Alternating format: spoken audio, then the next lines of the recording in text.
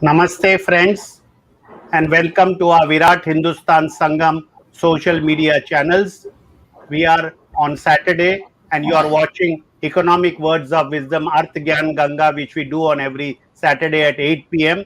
Today's topic is a continuation of the last week's topic, where Dr. Swamy spoke extensively. Today is part two of the macroeconomics contrast of India with China, and Dr. Swamy will be discussing the matter further. We also have our regular program on Sunday at 8 p.m.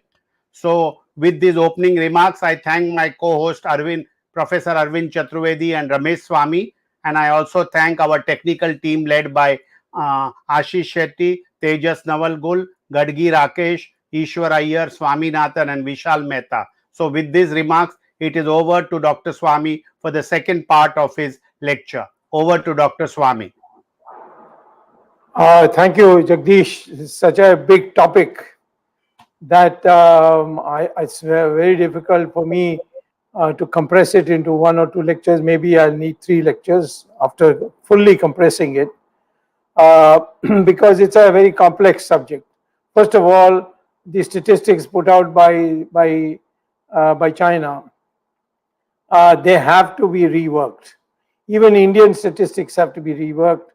There's a lot of things that goes on which doesn't get reported. For example, if they produce a statistic for the 4th quarter of a year, which is January 1 to March 31st, I asked the statistical organization people, how do you estimate the informal sector?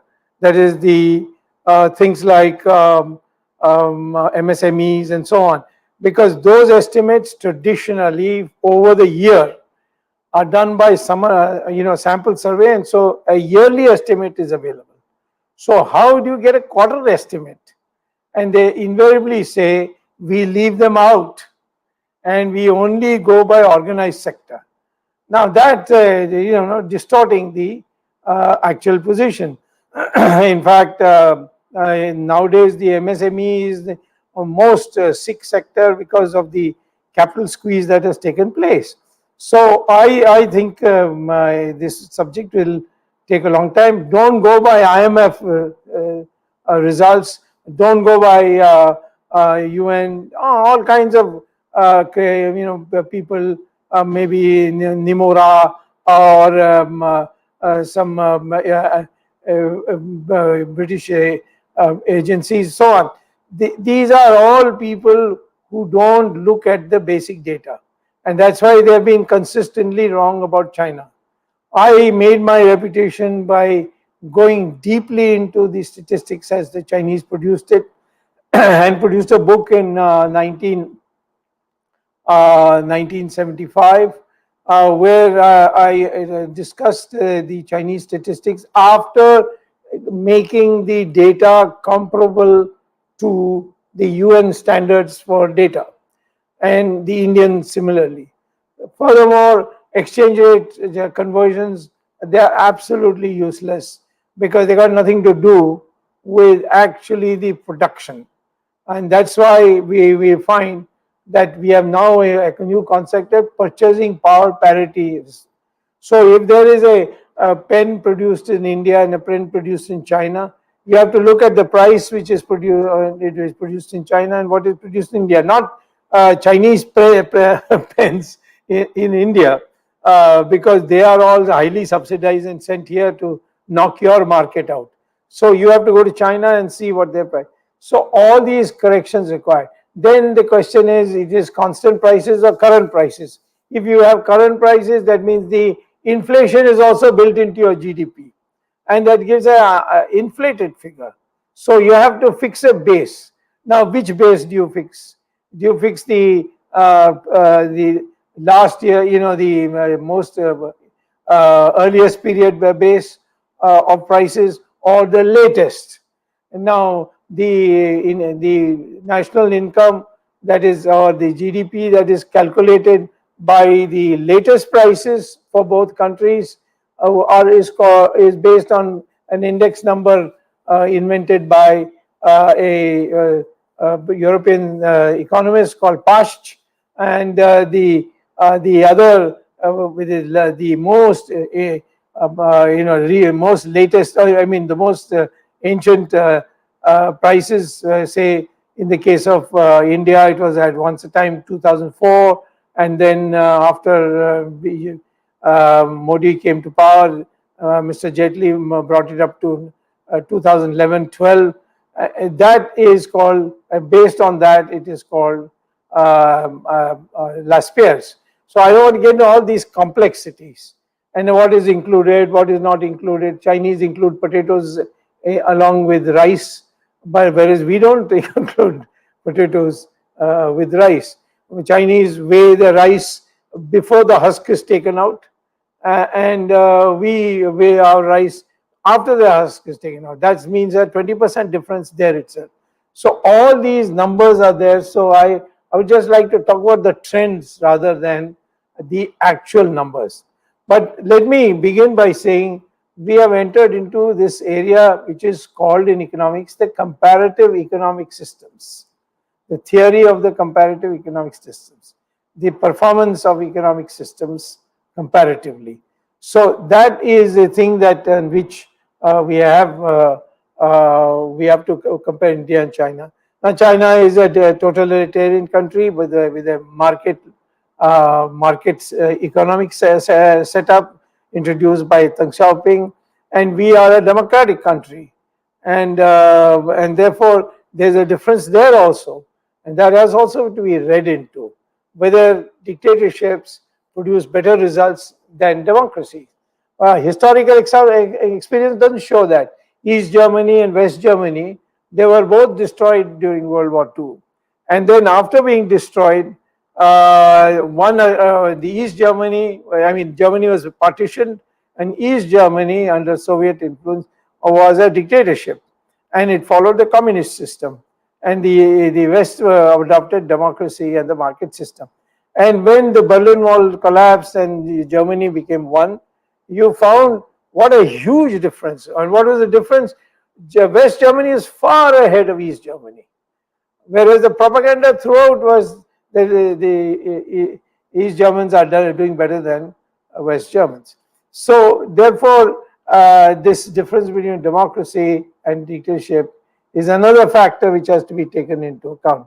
Now, the economics, is a science, and this science can trip anybody if you don't know the science.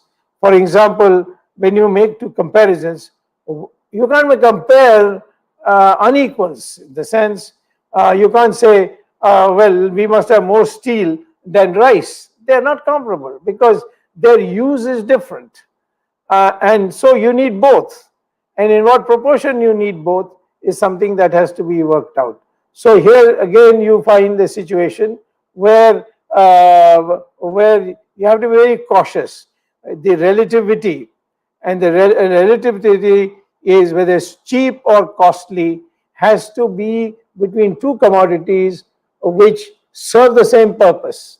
You can't take two commodities and say this is too expensive, which has another purpose. You can't compare one bag of rice by weight with with a motorcycle or something like that. You see, there's a lot of things to be clarified. The second thing is that the economists never work on averages. They work on margins. That is why they call marginal, marginal productivity, marginal, input, marginal income. So what they're saying is, you have come this far. What is the addition? Compare the additions. So India has come this far. How much is going to be necessary for augmenting that? So these kinds of things, we have to be very careful. Similarly, Simon Kuznets said economic development. Everybody says the economic development, GDP growth, GDP growth. I'm hardly understanding what it means. And what economic growth is, not only your GDP growth, which tells you how vast your production is becoming, but also you have to see how the structure has changed. You can't say that your economy is developed because agriculture is producing 90% of the output. Or the Arab countries cannot say that their GDP is so high, but it is because of oil. They have nothing else. Even for trained labor, they have to get them from places like India. And if tomorrow oil becomes over, that is no more needed, you go for hydrogen fuel cells, or you go for electric cars or whatever, you replace the use of crude oil by other things which are more easily available, then what will happen to the economy of these Arab countries? They will all have to go back to their camels and their tents, you see. So therefore, you need a great deal of sophistication. So when I'm going to compare China and India, I want to tell you, I want to first of all look at the following headings. One is, of course, GDP, no question, the growth rate of GDP, the structural change, which is what I don't want to go into great depth. So I'll say, how is agriculture performed in all Western developed countries? When the development took place, the share of agriculture came down. The proportion of labor in agriculture came down. It moved to other sectors, and as the growth took place in Europe and America, the share of the industry grew, and then after some time, the share of services started growing. So this is something which you have to look. This is the structural change when economic development takes place. So consequently, in India, we have found a sharp drop in the proportion of our GDP which is ascribable to capital, to agriculture, and the number of laborers in agriculture has not fallen in the same proportion as the proportion of product, and that's one of the serious problems. If the agricultural workers started going to the urban areas, then what will happen? In China, it has happened because of forced labor. That's how they attracted foreign investment. They gave them cheap labor, no trade union, nothing, and all these companies went gaga that they could use this labor to produce, and they set up joint ventures with the Chinese, and Chinese themselves were not able to set up in the independent manufacturing institution by and large, and so they went into joint venture. And of course, I told you earlier in my last lecture, the Chinese had a strategy which was very interesting. They used to get semi-processed goods from Taiwan, from Hong Kong, from Japan, from Philippines, Singapore, and then they brought them into these joint ventures with the Americans, and then used their labor to add value, and the final product was then exported. So the Chinese were in deficit trade with East Asia, but in very positive trade with the Western world. Why couldn't the East Asia directly export to the Western countries instead of going through China? They used to, but they became prosperous as a consequence, and their wages became expensive, and so the prices could not be matched by local products competition. So that's how they were able to get, say, whatever products they used to previously sell to the West, they sold it through via China. So these are the aspects that you have to look at. And then, of course, a lot of other things come in. How is the infrastructure? And the infrastructure is very important to look at. Not in everybody thinks that infrastructure is building road. No, no, no, no. Infrastructure, the financial infrastructure, the human rights, the human status of infrastructure. There are so many infrastructures that the health system today is an infrastructure, and so it is part of the human infrastructure. So when you look at that, then you begin to feel, you understand that it's a very big balancing act. Yes, building roads is very easy, and the Chinese have fully exploited it, and they've built highways everywhere. We should have done it, but we didn't do it because they all believe in talk, and half of our leaders don't understand economics. So therefore, we have not built an infrastructure. And Mr. Gadkari has been trying his best, but everybody is trying to put obstacles in his way.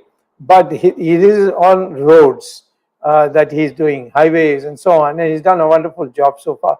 But infrastructure includes financial infrastructure, which means stock markets, bond markets, so many other aspects.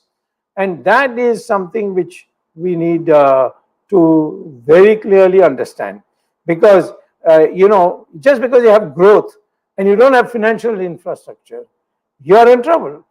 I had a classmate at Harvard who actually originally started as not as my classmate, was my student, and then I became a very young professor, so even people of my age were my students, and in fact some of them are even older. Like when I recently, 2 years or 3 years ago, I discovered in a conference in China that the Nobel Prize professor from Jagdish knows their name.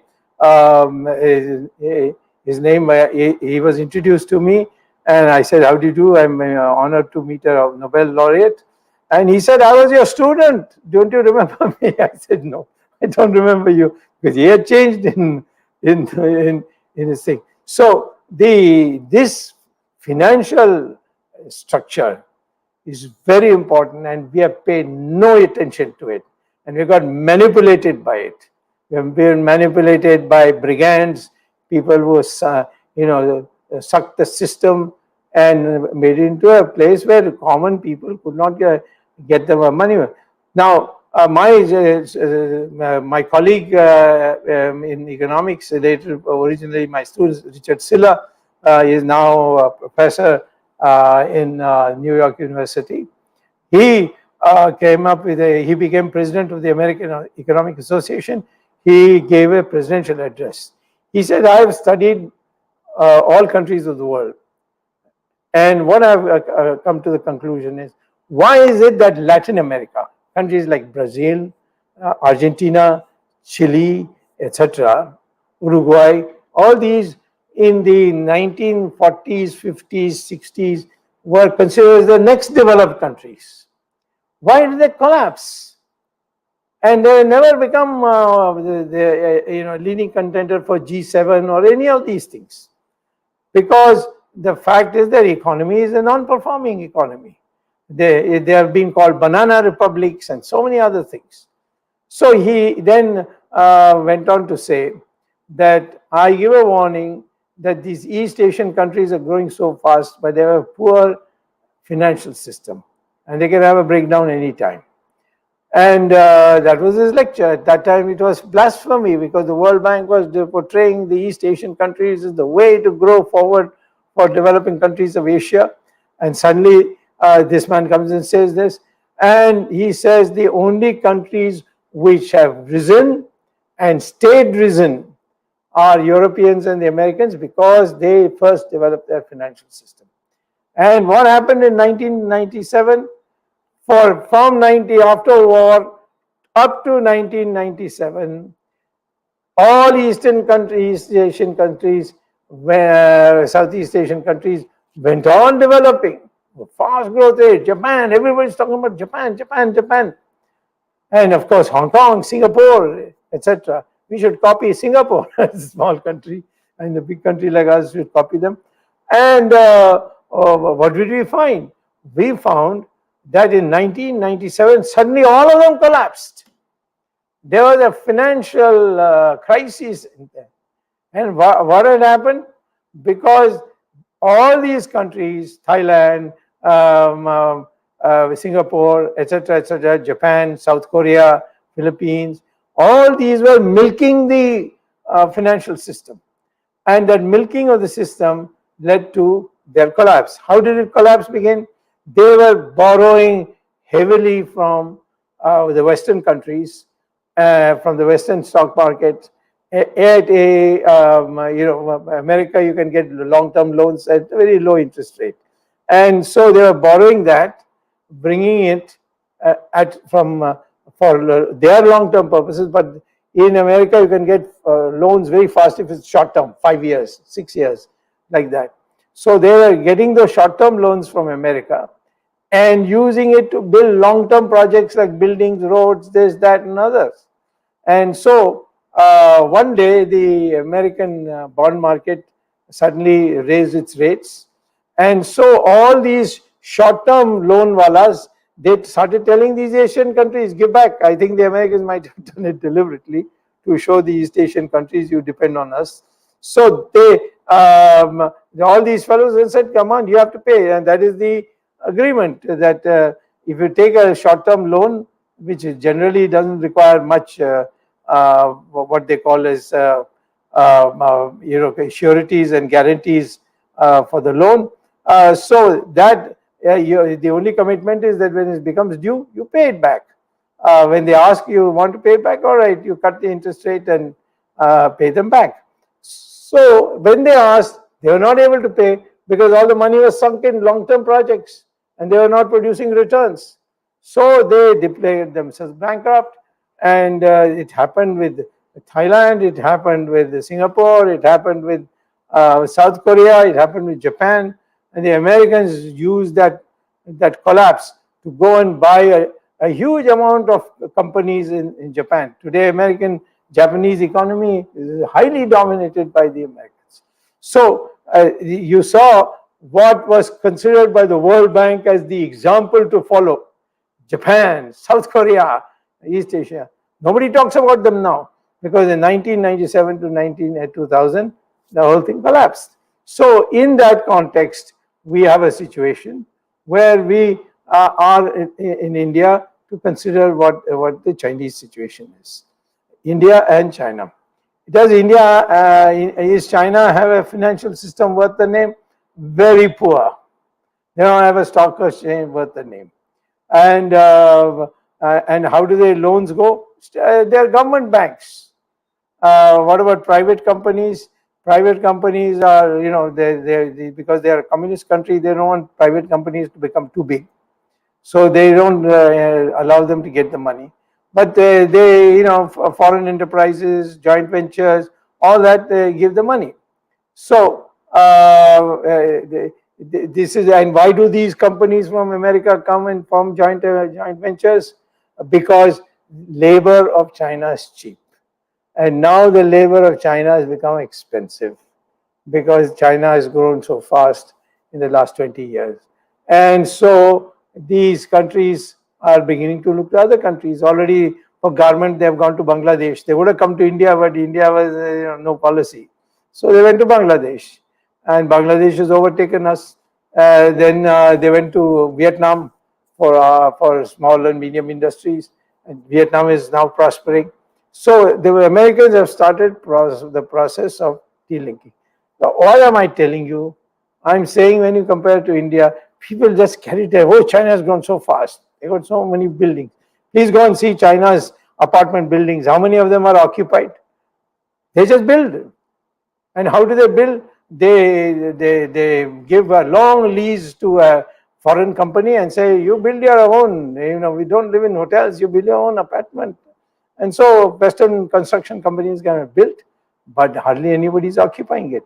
So these are not reported. And so in my opinion, China is in a situation, and I will next time when I take up this. Right now, I've got another 10 minutes to tell you more about the framework, but the numbers I will give you in concrete terms next time. But today, I'll say, when you are going to make a comparison between India and China, first is GDP growth rate, then the structural change, which is agriculture, manufacturing, services, then what technological changes take place. Why are we concerned about technological? Because economists have studied the economic growth of various countries. There is no country which has become developed just by pumping more capital and more labor, which is what our finance ministry all the time talk about, our investment. It's not investment alone. And after analysis, economists, starting with Professor Solo in MIT and many others, the field of literature is developed to say that a country which wants to become developed must be such a country where innovations contribution to a more efficient growth is at least 60%. What is the concept of new technologies, new techniques, and of growth to GDP in India? 35%. Okay, China, same, around 35%. But China has started increasing is because it's understood it. Now China, the latest figures the last 10 years may show, say 45%, but is nowhere near 60% yet. Western countries all developed when they brought in steam engines, they brought in Bessemer blast furnaces, then the Americans brought in wireless, they brought in all these new technologies, and then aeroplanes, teleprinters, and then fax machines, and then internet. So the Americans are all the time inventing. The great feature about America is its capacity to innovate. And they don't hesitate to call anybody from anywhere in the world and give them enough money, freedom. And here we don't have that. It's all suffocation, suffocation. Go to any university, any research institution, there'll be suffocation. There will be domination by the guy who is appointed to the top. Any I have not seen, even in IIT, what was the problem I had? The fact is that the authorities felt that what the new ideas are bringing was debunking the old ideas of the Soviet Union, which they didn't like. So they sank me. So this aversion to new ideas is something which is most un-Indian, because our ancient Hindus, my God, there's nothing they didn't invent for that period. I won't go on to into the claims that we make sometimes, but I would say that we were a highly civilized, developed country for which people all over the world came for, and it was all because of innovations. So innovations, then infrastructure. What kind of infrastructure? Physical infrastructure, roads, those, financial infrastructure, human infrastructure, the quality of your humans, how you have educated them, how you have taught them to take risk, how you have taught them to stand on your feet. These are the factors that have been we have to know. China has done very well in education. China, of course, only I'm talking about technical sciences, social sciences. There's no, it's a communist country.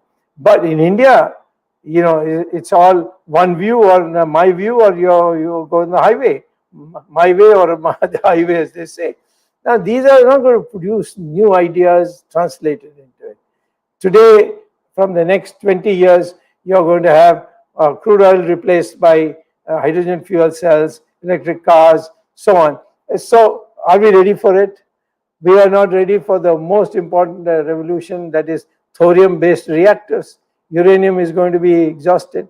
So, this whole developmental infrastructure, which includes physical infrastructure. So now in that concept, we have to see. Otherwise, will China can have a financial crisis like the East Asians? Yes, it's going to happen. Don't be overawed by China has gone so ahead. How much ahead it's gone? I will tell you just by one statistic. That is the you take the GDP and say what is the difference if you don't use PPP. You get a huge gap, which is what all these people take it from UN and start telling. The people say India's GDP is 6th largest in the world. Even Venkaiah Naidu in Parliament said GDP of India is now from 7th it has become 6th. I got up and said, no, it is 3rd largest, because you have to compare countries' GDP not by their own foreign exchange rate according to the dollar. China's foreign exchange rate to the dollar is now 7 yuan to a dollar, and ours is 70. What was it in 1977? It was 7 rupees to a dollar. What was it in 1947? 1 rupee to a pound, leave alone a dollar. So the devaluation is taking place because of what's happening in the exchange rate that you are often quoting is the buying and selling of currency in the stock market, in the bond market, in the bazaar. That's got nothing to do with how much your goods are costing. Your goods, when you compare India and China for the same product, you should use either Chinese prices for both or Indian prices for both. That's called PPP. And if you look at the PPP today, after all said and done, and all, the PPP is only 2.3 times more in China than India. What is 2.3? It means you got to double it. Of course, doubling means 14.4% per year. Can we achieve 14.4%? Of course we can. I'll come to that as my last lecture of this Arth Gyan Ganga. How India can become a developed country in a period of 15 years. But of course, you will have to have people who are intelligent, who understand economics and don't bluff us with all kinds of spin. India is got the potential. China, I expect the Chinese, the way they are going to have a financial breakdown. Will it happen? Nobody predicted the Japanese breakdown, but in fact it did happen, and Japan has not been a big contender anymore. It's done well. That's about all. It can be part of G7 because the Americans treat them as their ally and they bring them in. So therefore, today the three most important countries in the world in terms of GDP size, in real size, PPP measured, United States, India, United States, China, and India. So these are three, and all others are quite far behind. So how can you become from 3 to 2 and ultimately 2 to 1, which you were for almost thousands of years till the Mughal invasion started taking place and you started declining and the British came and looted you, and that is all.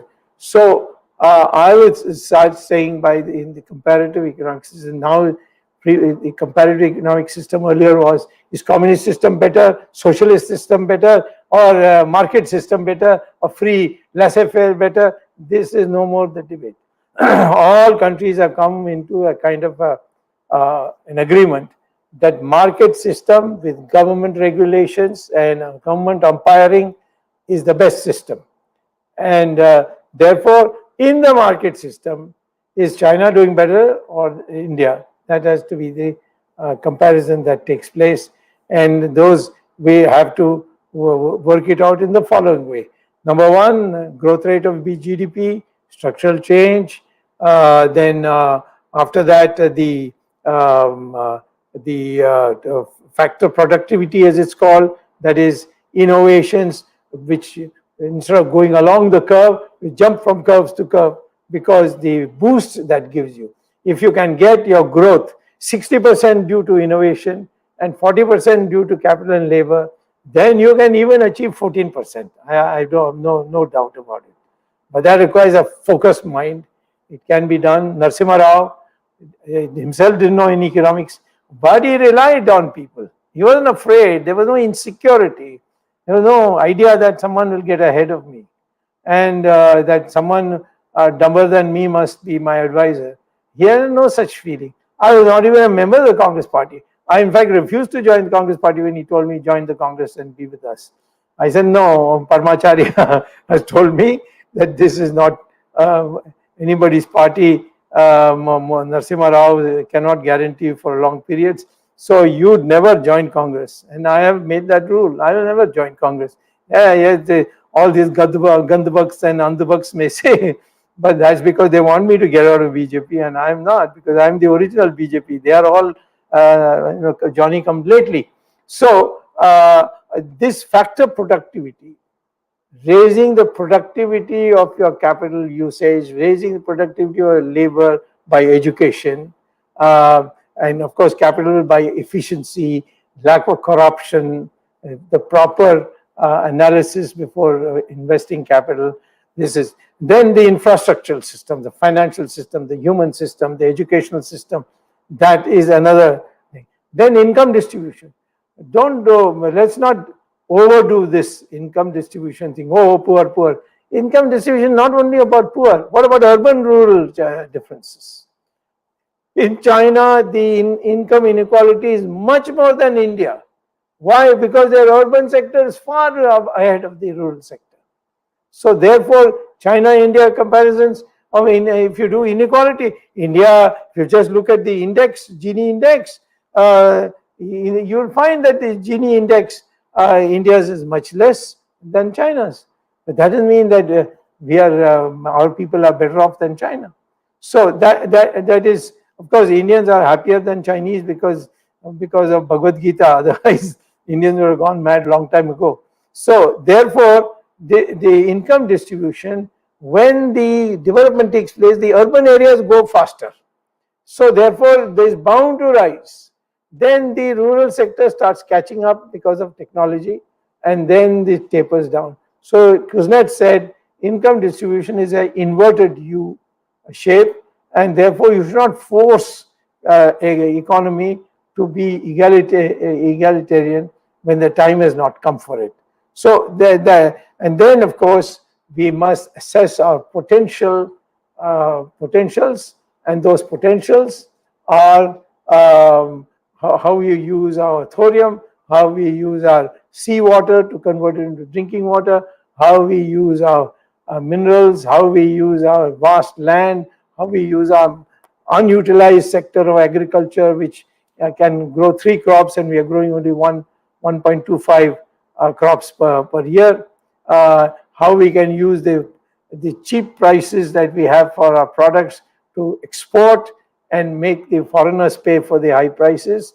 So all these are part of policy, and policy therefore means objectives, priorities, strategy, resource mobilization. So this is a very, very big subject. So next time I will speak, I will only concentrate what are the numeral metrics between India and China, and I'll not go into all the philosophical questions that I've raised today. In terms of these metrics, it's like whether you've got a 56-inch chest or a 30-inch chest. These are metrics. They don't mean anything. If you're a very fat man, you can have a 56-inch chest, but that doesn't mean you're healthy. So I will go just without going into all that. What is the per capita income? What is the GDP? What's the agricultural labor's income? How is it moved? All those nitty-gritty of statistics next time, and say where does India stand. But today I can tell you India's GDP correctly measured is only, China's is only 2.3 times more than India. And this gap can be covered in about 15 to 20 years if you grow at 12 to 14% per year, and it will take 25 years if of course in the meantime China is also continuing to grow like before. If China collapses, it will have an easy time to overtake. So therefore, those will be my last lecture of this series of Arthagyan Ganga. And today, thank you for coming. I had a stomach upset, so I had to go to hospital to get it cured, but I am now being discharged. So therefore, next week we'll get a full load of me in statistics, and be prepared for that. Thank you very much. Over to Ramesh, Jagdish, and Arvind. Dr. Swamy, will not trouble you much today, but just one small question I have. You have been talking about India-China comparison, and you always say that our governments have been quoting it wrongly because they talk in nominal terms and you speak in PPP terms. Yeah. When we talk in PPP terms, we are talking in PPP in US dollars. Not Can we ever necessary. have a comparison? No, Can we we ever have have a all my studies are on Chinese prices and Indian prices. yeah? So can US we have prices, India US China prices are, comparison? if you use US prices, you'll use US prices for the Americans, for the Chinese and Indians, the same. But Right. we will not go and convert it into exchange rates, not at all. We will say a pizza in India costs so much, pizza in America in McDonald's restaurant costs so much, or some Italian hangout, and the pizza costs so much in China, and in that you take a ratio of the American dollar with the rupee and American dollar with China. And so then you can convert both, not on the basis of 70 rupees, but you will find that you will convert it at the present at 35 rupees. And yeah. For example, today I was just trying to find out what is the exchange rate between US dollar and RMB, which is 11.49, and Yeah. 1 US dollar comes to about 6.66 RMB. And when we take the rupee value of 11.49 per RMB, the rupee value between dollar comes to about 76.52. Actually, it is 73. So this But you're again going like a dalal in the stock market, you see. yes, yes, Don't yes. get into it.